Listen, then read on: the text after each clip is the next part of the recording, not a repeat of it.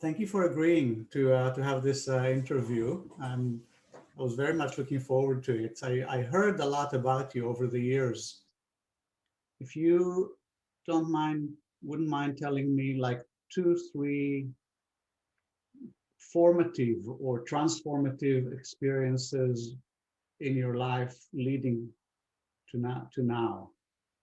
So which experiences would you choose as kind of the main events of your internal life? Yeah, I'd say that the watershed moments always involved other people and interactions that I've had and people that I was fortunate enough to cross paths with. So starting with my teenage years and maybe even young adult years, when I spent some time with a man who had been a family friend, Mhm. and my interactions with him were seemed ordinary, but became less and less ordinary the more I got to know him. And then people that I got to know after that, and uh,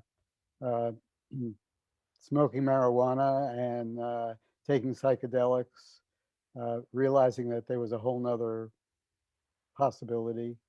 Mhm. And then experiences in meditation, which were very difficult for me and challenging for me at first to even sit still. But then as I came to recognize the importance of it and be able to do that, it's some experiences there.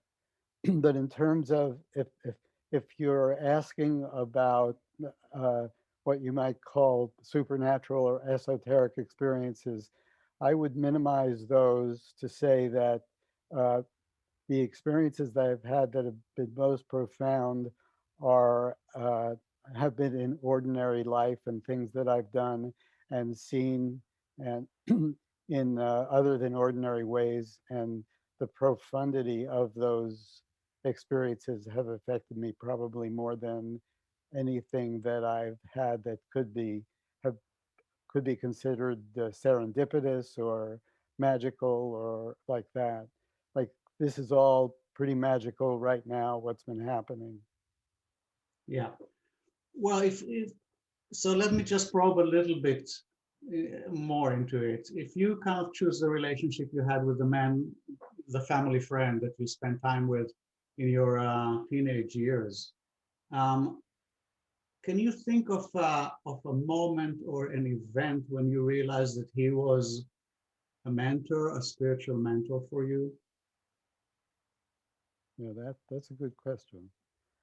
Uh, a moment, a moment would be challenging, but I do remember uh, growing up in New York and being relatively arrogant, maybe very arrogant, uh, being involved in gambling and uh, quasi illegal things that I was successful at, and feeling confident and bringing that confidence into my interactions with him, thinking that we were peers and Uh-huh. pretending that we were peers.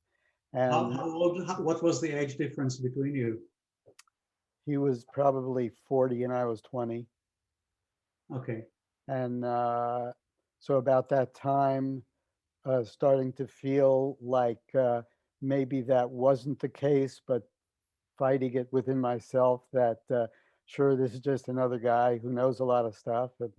And I don't know if it happened in a moment, but I do remember it happened, that I did recognize that he had a different state of being than I did. He had capacities that I didn't have. He had understandings that I didn't have. He had wisdom that I didn't have, and I was able to do something with him that I had never been able to do, which is maybe come under him a little bit. Hmm. When always in my life it was a battle to get here and being willing to settle for here, but Uh-huh. never here. So when you mean you actually recognize that it was your right place to be somewhere below?